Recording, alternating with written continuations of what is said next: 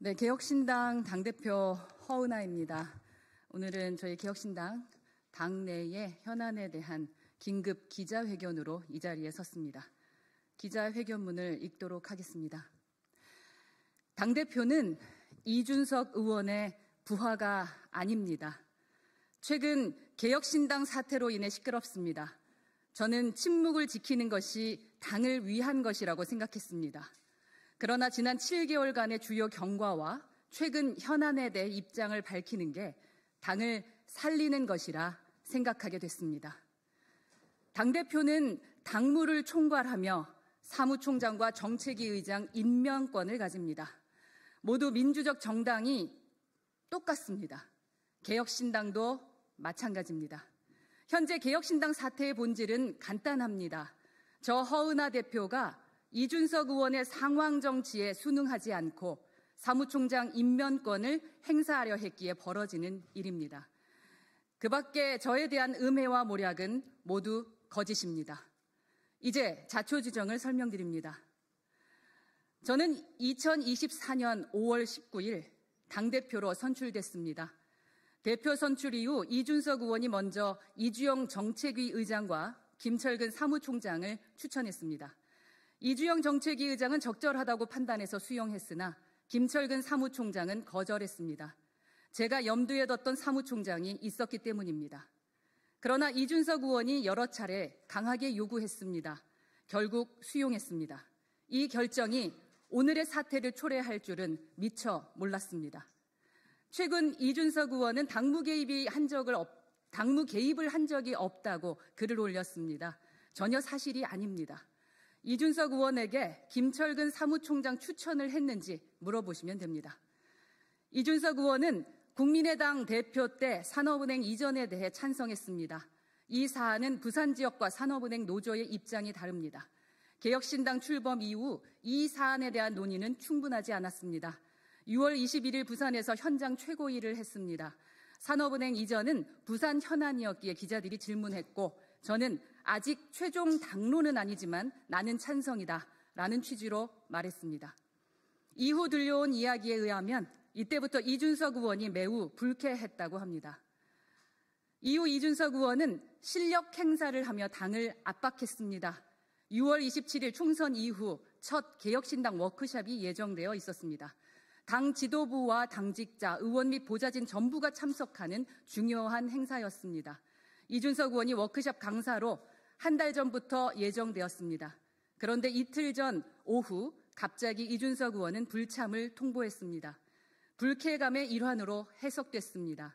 의원들은 워크숍 마무리쯤에 뒤늦게 참석했고 보좌진은 참석도 안 했습니다. 이후 원내 의원과 당직자들은 더더욱 이준석 의원 눈치를 보기 시작했습니다. 이준석 의원은 직접 저에게 아무것도 하지 마라. 정책에 손대지 마라. 제발 가만히 있어라. 라는 말까지 했습니다. 매우 모욕적인 표현이며 자괴감이 들었지만 묵묵히 견뎌냈습니다. 대표로서 김철근 사무총장에게 업무 지시를 내리면 이준석 의원에게 확인하라는 답변이 돌아왔습니다. 이준석 의원과 상의하기 위해 전화와 카톡을 하면 응답하지 않았고 사무총장을 통해서만 지시가 전달되었습니다. 당명 개정 여부, 상임고문 임명, 회계보고, 강령 정책, 홈페이지 변경 등 주요 사안에 제 뜻을 반영할 수 없었습니다.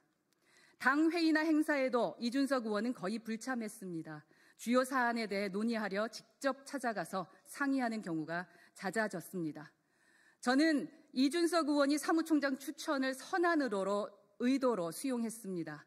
이준석 의원은 김철근 사무총장을 통해 당 운영 전반에 대해 상황 정치를 하려 했습니다. 저는 미처 상황 정치를 상상도 못했습니다. 돌아보면 저의 판단 미스였습니다. 사무총장 임명 이후 김철근 사무총장은 대표 권한을 무시하고 월권하기 일쑤였습니다. 사무처 직원들이 저에게 개별 보고나 소통하는 것을 차단했습니다. 실제로 저에게 개별 보고했던 직원들은 사무총장으로부터 밤늦게 술에 취한 채 전화로 욕설과 협박을 받았다는 제보가 여러 차례 접수됐습니다. 이에 대한 녹취 자료도 갖고 있습니다. 홈페이지 운영비와 관련해서도 문제가 많았습니다. 홈페이지 운영비로 월 1,100만 원 정도를 지출했습니다. 저는 사업체 운영 경험이 있어서 대략의 비용을 알고 있습니다. 비용의 과도함을 지적했고 시정 요구 이후 500만 원 정도로 줄였습니다. 2024년 2월부터 2024년 11월까지 총 5,400만 원, 이 차액은 여전히 납득하기 어려운 지점입니다. 당이 정상화되면 정식으로 감사가 필요한 사안이라 생각합니다. 창당 당시부터 중요한 역할을 했던 공보국장을 사전 협의 없이 조직국장으로 재배치한 경우도 있습니다. 공보를 잘하는 사람에게 조직을 맡기는 꼴입니다. 몇 달 뒤 사전 동의 없이 독단적으로 해임하기도 했습니다. 저는 합당한 증빙 서류를 요구했는데 2달 뒤에서야 제출받았습니다. 자, 이제 최근 몇 가지 현안에 대해 경위와 진실을 밝힙니다. 첫째, 사무총장 해임에 대한 경위 및 진실. 둘째, 당대표 권한에 대한 부당한 박탈 시도. 셋째, 부당한 당대표 축출 시도. 이에 대해 하나씩 말씀드립니다. 첫째, 사무총장 해임에 대한 경위 및 진실입니다. 사무총장의 임면권은 당대표의 정당한 권한입니다. 사무총장의 당대표 무시와 월권이 도를 넘었습니다. 김철근 사무총장 체제에서는 정상적인 당대표 활동이 불가능하다고 판단했습니다. 급기야 지난 11월 김철근 사무총장은 당대표에 관한 당헌당규 개정을 시도했습니다. 현재 규정은 사무총장은 당대표의 명을 받아 사무처를 지휘한다였으나 개정하려던 규정은 사무총장은 사무처를 지휘한다였습니다. 이러한 당헌당규 개정은 누가 봐도 당대표를 허수아비로 만들려는 것입니다. 김철근 사무총장은 몰래 당헌당규 개정을 시도했고 사태 파악 직후 저는 부적절함을 경고했습니다. 이후 김철근 사무총장은 대표 연락을 받지 않았고 보고를 거부했습니다. 이후 본인이 임명한 사무처의 조직적인 반발을 주도하고 있습니다. 사무총장은 당대표의 명을 받아 사무처를 지휘한다는 개혁신당 창당 시점부터 만들었던 조항입니다. 국민의힘 당규를 그대로 차용했던 것입니다. 이준석 의원, 천하람 원내대표, 이기인 최고위원 등은 김철근 사무총장의 당헌당규 개정 시도가 정당했다고 생각하는지 공개적으로 입장을 밝혀야 합니다. 김철근 사무총장 해임 이후 측근인 서울시당 김동화 사무처장은 페이스북에 저를 겨냥해서 빈개지신이라고 표현했습니다. 암탉이 울면 집안이 망한다라는 뜻입니다.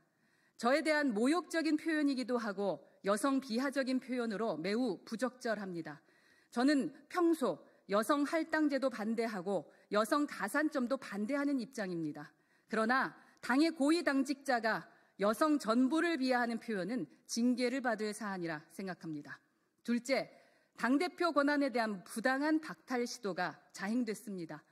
김철근 사무총장 해임은 12월 16일입니다. 12월 17일부터 이준석 의원은 페이스북을 통해 저를 공개적으로 저격했습니다. 역시 12월 17일 사무처 직원들은 집단 성명서를 발표하며 당대표를 공격하기 시작했습니다. 사무처 직원의 대부분은 김철근 사무총장이 임명했습니다. 12월 19일 개최된 최고위원 회의에서 천하람 원내대표 등 이준석 의원과 가까운 사람들에 의해 대표 권한 박탈을 시도했습니다. 당헌 제27조와 28조에 따르면 당대표가 거리가 아닌 경우 최고위원 회의는 당대표가 회의 진행권을 갖는다. 이렇게 되어 있습니다. 그러나 최고위원도 아닌 천하람 원내대표는 당헌을 무시하고 대표의 회의 진행권을 강탈했습니다. 그동안 이준석 의원과 가까운 지도부는 험한 분위기를 만들며 저에게 부당한 압박을 했습니다. 천하람 원내대표는 대표직을 사퇴하라고 압박했고 이기인 최고위원은 김철근 사무총장 해임을 철회하라고 압박했고 이주연 정책위 의장은 당대표 권한을 이양하라고 압박했고 전성균 최고위원은 지도부 총사퇴하자고 주장했습니다. 이들 4명의 압박은 모두 부당합니다. 조대원 최고위원만 유일하게 이들의 행태가 당헌당규를 위반하는 것이라고 항의했습니다. 제가 개혁신당에서 이런 일을 겪을 것이라고는 상상도 하지 못했습니다. 이러한 행태는 인간적 도의에도 어긋납니다. 이준석 대표를 축출했던 국민의힘 폐악질에 분노했던 개혁신당의 창당 정신과도 정면으로 배치됩니다. 참으로 씁쓸한 요즘입니다. 대표의 회의 집행권을 강탈해간 12월 19일 최고위원 회의를 이들은 비공개로 진행했습니다. 회의 시작 전에 비공개를 요청해서 얼떨결에 그러자고 했습니다. 알고 봤더니 대표의 회의 진행권을 부당하게 박탈하기 위한 것이었습니다. 통상적으로 최고위원 회의는 기자들이 참석한 가운데 모두 발언을 하고 이후 비공개로 전환하는 게 일반적입니다. 그러나 이날 최고위원 회의는 외부에 알려지는 게 스스로도 부끄럽다고 생각했는지 처음부터 비공개로 진행됐습니다. 저와 조대원 최고위원은 공개 요청을 했지만 묵살됐습니다. 이는 개혁신당이 지향하는 민주적 가치와도 배치됩니다. 12월 19일 최고위원 회의에서 결정한 것들은 절차적 정당성을 위반했기에 무효입니다. 회의 전날 안건을 상정하지도 않았고 당일 회의 문서도 없었고 구두로만 진행됐습니다. 더 중요한 것은 회의 진행권이 대표에게 있음에도 불구하고 최고위원도 아닌 원내대표가 부당하게 강탈한 상태에서 진행됐습니다. 정상적인 최고위는 전날 저녁에 안건이 올라오는데 12월 19일 최고위원회만 전날 저녁에 안건도 없습니다. 12월 19일 개혁신당 최고위원회는 12.3 윤석열의 계엄 국무회의 수준과 크게 다르지 않습니다. 이후 12월 23일, 26일, 27일 그리고 25년 1월 2일, 10일 최고위원회 모두를 비공개로 진행하고 있습니다. 개혁신당은 숨길 게 많은 비공개 정당으로 전락했습니다. 12월 30일, 1월 6일, 9일은 이준석 측 최고위원들은 아예 불참을 하고 있습니다. 최고위원회를 무력화하려는 취지입니다. 셋째, 대표에 대한 부당한 축출 시도가 진행되려 합니다. 사무총장 임명권은 다시 한번 말씀드립니다. 대표의 고유 권한입니다. 그러나 김철근 사무총장 해임 이후 이준석 의원은 저에 대한 좌표 찍기를 했습니다. 이후 천하람 원내대표를 포함한 최고위원들, 사무처 직원들의 공격이 전방위적으로 진행되고 있습니다. 저를 도와주던 당직자들은 회유와 압박에 시달려야 했습니다. 정무실장, 홍보부총장, 대변인단, 위원장 등 하루 수십 통의 전화로 협박을 받았습니다. 대변인단 중 한 명은 하루에 40통이 넘는 전화를 받고 심한 스트레스를 호소하며 정치판에 들어온 것을 후회한다는 말까지 했습니다. 당의 화합을 촉구했던 당협위원장들은 공개 협박을 들어야 했습니다. 최근 당협위원장 약 30여 명이 이준석 의원과 허은하 대표의 화합을 촉구하는 성명서를 발표했습니다. 중립지대에 있는 당협위원장들이었습니다. 이준석 의원은 이를 불쾌하게 여긴 것 같습니다. 당협위원장 단톡방에 올리기를 성명서에 서명한 위원장들에게 오늘 자정까지 해명할 부분은 해명하시고 그 뒤로는 확고한 의사로 받아들이겠습니다. 라는 메시지를 남기고 단톡방에서 이준석 의원은 나가버렸습니다. 천하람 원내대표 역시 해당 행위라며 압박 발언을 했습니다. 정치적 반대파로 낙인을 찍겠다는 엄포로 해석되는 발언들이었습니다. 겁에 질려 이후 절반 이상의 당협위원장들은 서명을 철회했습니다. 이준석 의원은 해당 당협위원장들 대부분에게 직접 전화를 해서 압박했다는 제보를 받았습니다. 1월 8일 이준석 의원은 페이스북에 저에 대한 당원 소환을 언급했습니다.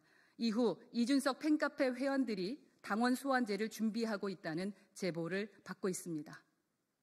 문제 해결의 열쇠는 이준석 의원이 쥐고 있습니다. 개혁신당 사태의 본질은 간단합니다. 문제 해결의 방법도 간단합니다. 정리하면 아래와 같습니다. 첫째, 이준석 의원은 더 이상 상황 정치에 대한 집착을 버려야 합니다. 둘째, 사무총장 임명권은 당대표의 고유 권한임을 인정해야 합니다. 셋째, 최고위원회 회의 진행은 대표의 고유 권한입니다. 천하람 원내대표 및 최고위원들은 당원당규 위반 행태를 중단하기 바랍니다. 넷째, 대표를 허수아비로 만들려는 사무총장의 당원당규 개정 시도는 잘못된 것임을 인정하기 바랍니다. 사무총장을 정당하게 해임했다는 이유로 대표를 당원 소환하겠다는 시도는 민주적 공당에서 있을 수 없는 일입니다. 이준석 의원은 여전히 개혁신당의 소중한 자산입니다. 그러나 개혁신당은 이준석의 사당은 아닙니다. 당원과 여론으로 선출된 당대표는 이준석 의원의 부하가 아닙니다. 저는 여전히 이준석 의원과 함께 대선 승리를 위해 노력할 생각입니다. 단 대표를 허수아비로 만들고 상황 정치를 하려는 것은 잘못된 것입니다. 개혁신당은 민주적 공당이기 때문입니다. 당원 동지 여러분, 그리고 지지자 여러분, 지금 이 사태는 권력 다툼이 아닙니다. 합당파와 독자파의 갈등도 아닙니다. 비례대표 자리를 둘러싼 갈등과도 아무 관계가 없습니다. 이준석 의원의 상황 정치에 대한 과도한 집착에서 비롯된 것입니다. 딱 한 사람만 민주적 의사결정을 존중하면 모든 문제는 다 해결됩니다. 저는 현 사태의 민주적 해결을 소망합니다. 윤석열 탄핵의 조기 인용과 공정한 경선을 통해 대선 승리를 위해 저는 최선을 다할 것입니다. 모든 지도부가 단합해서 개혁신당의 승리를 만들어 갑시다. 감사합니다. 2025년 1월 12일 개혁신당 당대표 허은하였습니다.